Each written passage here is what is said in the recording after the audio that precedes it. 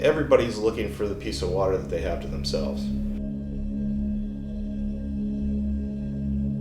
Where on earth that's easy to get to, that has modern amenities, can you go to get that solitude, that empty water?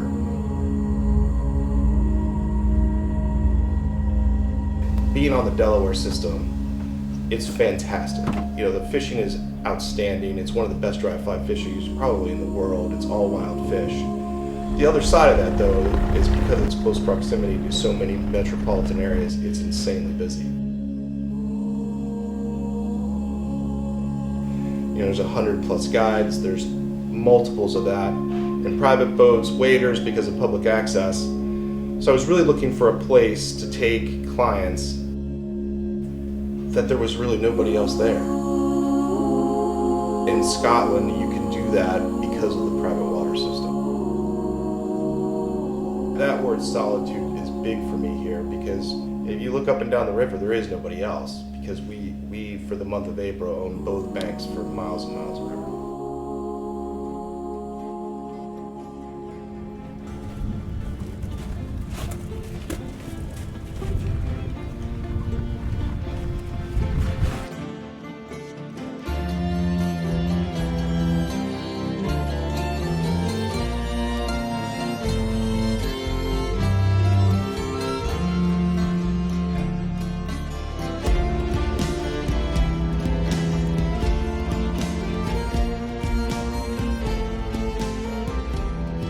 Just in general, the wading here is tough. It's that weird size of cobble that you really can't stand on it, but it's kind of hard to go over it. So the wading's tough. And then last year with high water, I was always 10 yards short of a fish that I wanted to fish to. And it just kept running through I'm a drift boat guy at heart, and it just kept running through my head that, what could I do with a drift boat here would be just so much better. And then that kind of led into the conversation of, hey, can I float this river?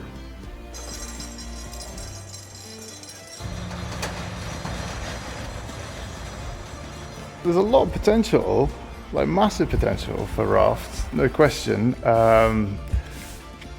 It'll be slowly with the landowners of Scotland to buy into it. But where it can work, it would definitely work. The biggest issue is stringing together a length of floatable water without any question. There's no public water here, so you need to take the fishing beats as though you were taking the salmon and trout rights for a week, and piecing together a stretch of 5, 6, 7, 8 miles. The rivers, I suppose you could crudely say, have been carved up over the years into the system of beats. That salmon have always been very much the focus of people coming to fish, take the beats, and trout have sometimes got left behind a little. There'll be concerns about people just thinking it's just never been done before, so therefore it shouldn't be done. There'll be the whole range of things, and then there'll also be people who are very keen on it, as well. So. Like the owners of the fishing, it's great that they were on board. What did you tell Rick when he said, I want to float this? What did you say to him? I said that it would be very difficult. He said it was impossible. No, that's not a true story. He said that it will never happen in Scotland. And I didn't say it would never happen. He did. But originally, when I said, hey, I'm going to float this river, Mug was like, there's just no way. It's just no way. It just goes against all of our tradition. The landowners just aren't going to be for this. And that, it was just kind of it's just not going to happen. But, I guess being who I am, or being an American, or however you want to say that, I just wasn't going to take no for an answer. I was going to at least explore it. And that's what we did.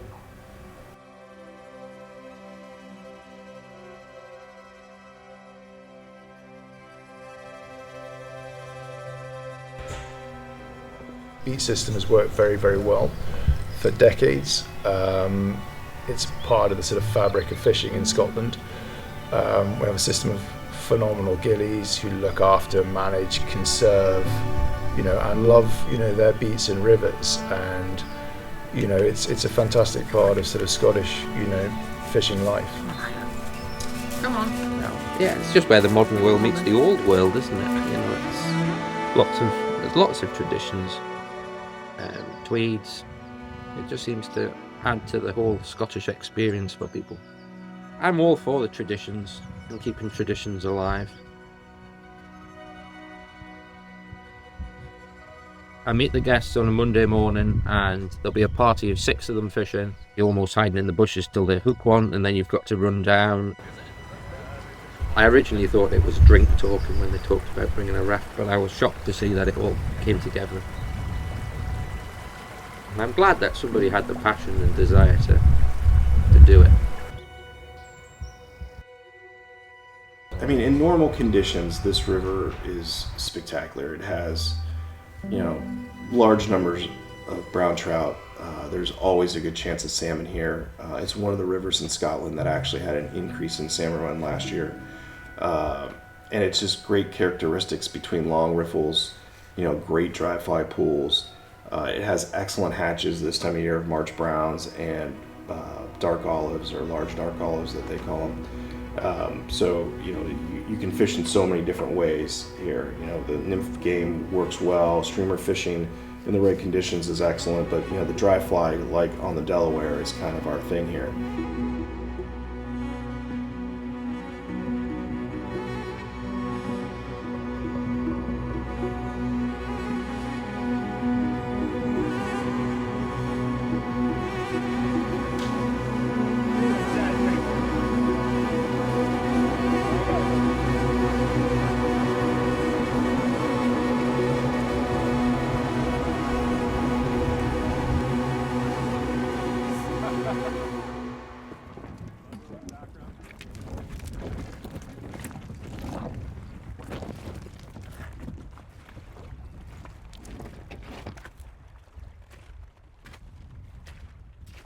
Tube on the left.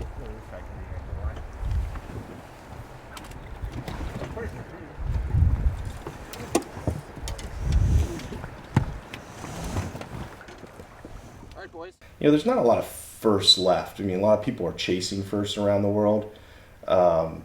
We didn't go into this to say, hey, we're going to be the first person to float, in the UK or Europe or any of that kind of thing.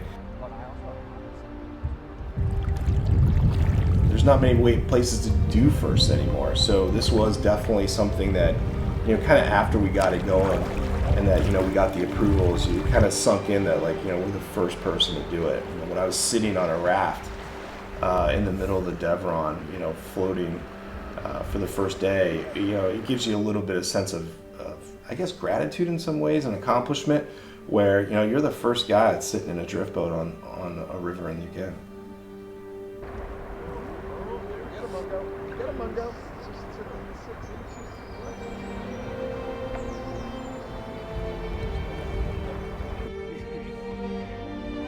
But every time a door closes, another opens up. I don't enjoy being surrounded with pessimists, harbingers of doom, or what they call themselves. Traditional anglers might see this as a bit of a threat. It's not, it's an opportunity, because there's another opportunity to do something different. And to be doing something different is always exciting. In the same angling, you've got to say, well, we've got to try something, here's an opportunity, maybe we can make something of this. And that gets everybody excited and on the front foot. And that's what I enjoy. The traditional salmon angler is not a trout angler, and I'm probably in that category. But I do understand that it's a different art form, it's a different skill, and a different way of thinking.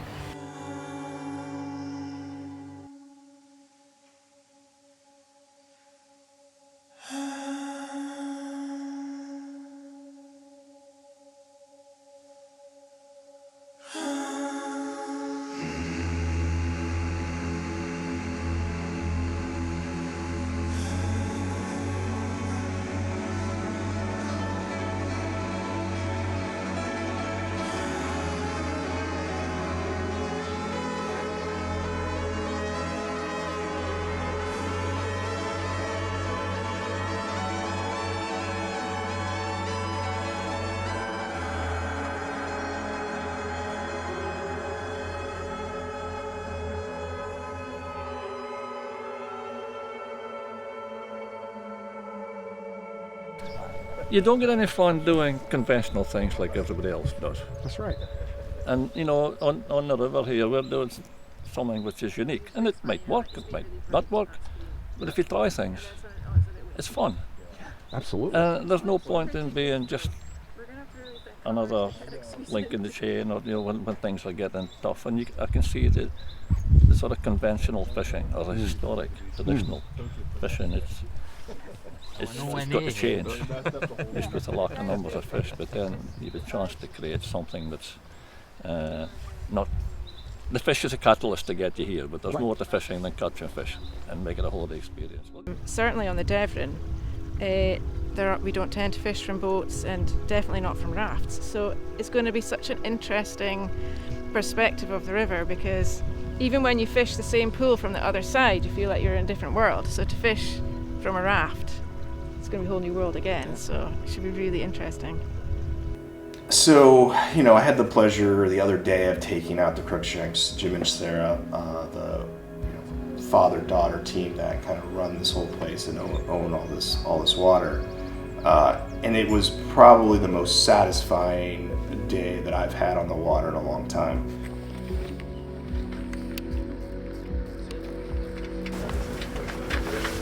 Look at you! You're looking smart. Oh, yeah, like, good to see you. Good to see you. Yeah. Happy you're here. No, well, not as happy as I am. Good, excellent. You ready? I'm looking forward to seeing the river from a different viewpoint. Yeah. Never done. Yeah. Have you got a map to check your favourite lies of the pools as you go down? Well, you see, I tend to go fishing just at an hour. I like to go fishing just to work during the day and do something and then have an hour. Yeah. So I better rarely spend it. If I was here all day, maybe on a week's holiday, I would try for trout and try for salmon, try for different things.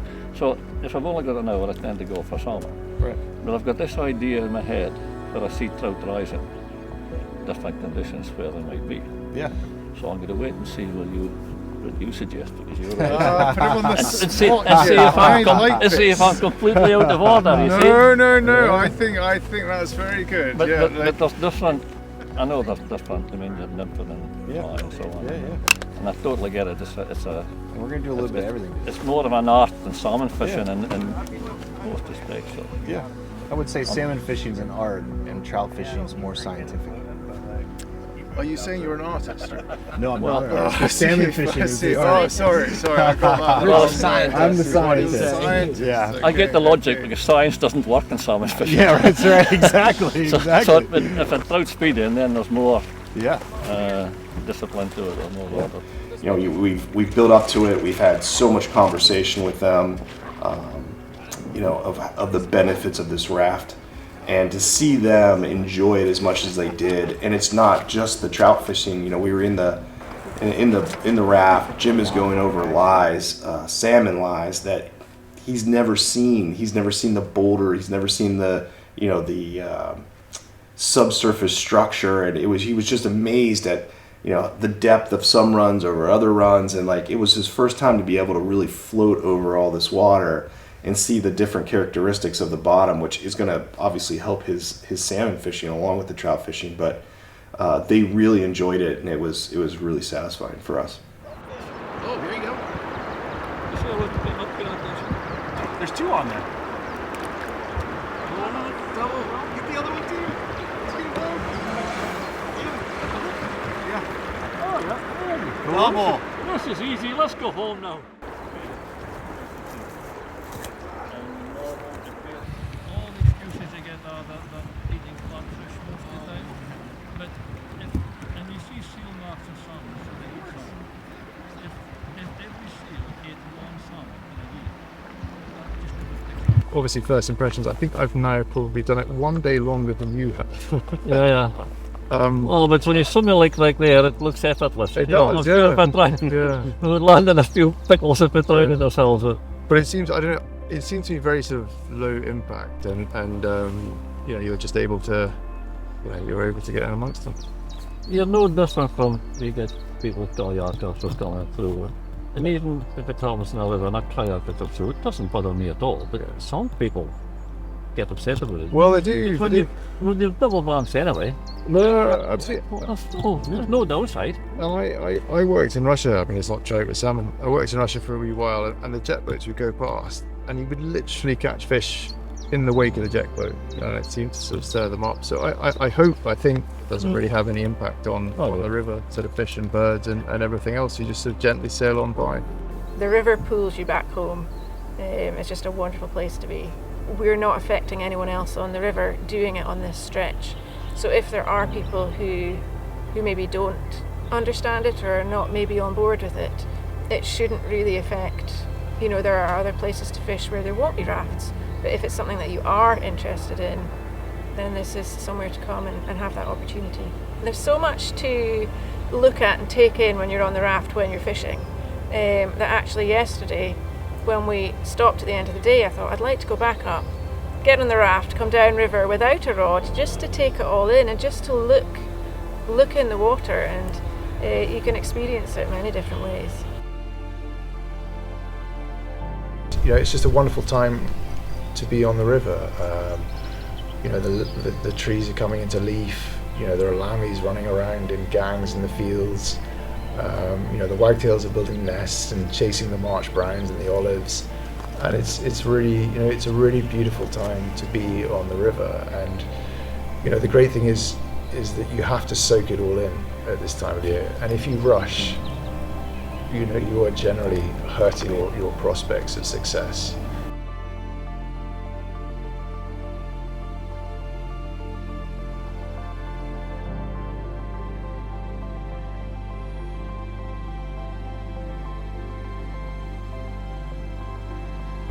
The raft now, especially this later half of the week where we're gin clear conditions and low water, the raft now becomes important where we are using it as transportation, and we're kind of hopping from section to section and getting out and then fishing those riffles or fishing the pool and trying to be as stealth as possible. But you could still see, you would have covered a fraction of that water on foot, and some of it's just inaccessible on foot. So the raft has become very important as a transportation tool.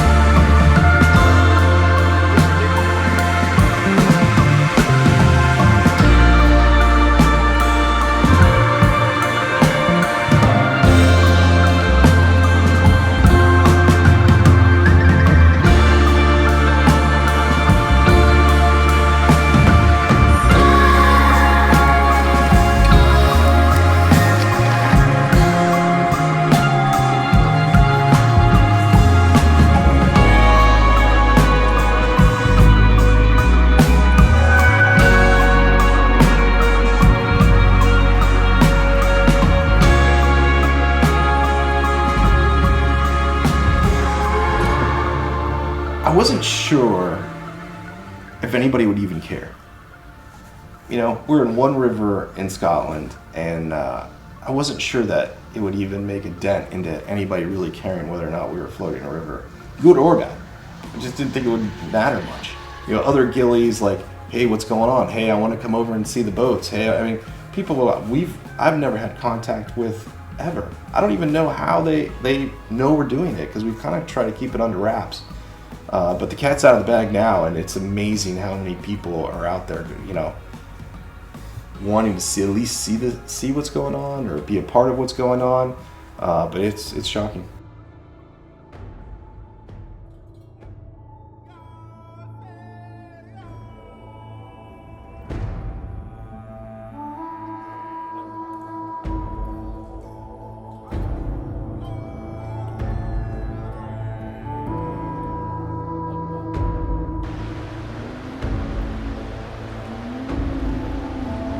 We're not trying to replace the tradition of fishing in Scotland. I think this enhances a lot of places. I think that the rafts give you, no different than anywhere else where we use drift boats or rafts. It gives you easier access to more water. I think if nothing else, you can use it for transportation to get into more places. I was here for a month last year, and I'm fishing stuff on the water that I was here on that I didn't even see last year. So I think that there's a case for why the rafts are such a positive. But that said, we're not here to change the tradition of fishing in Scotland.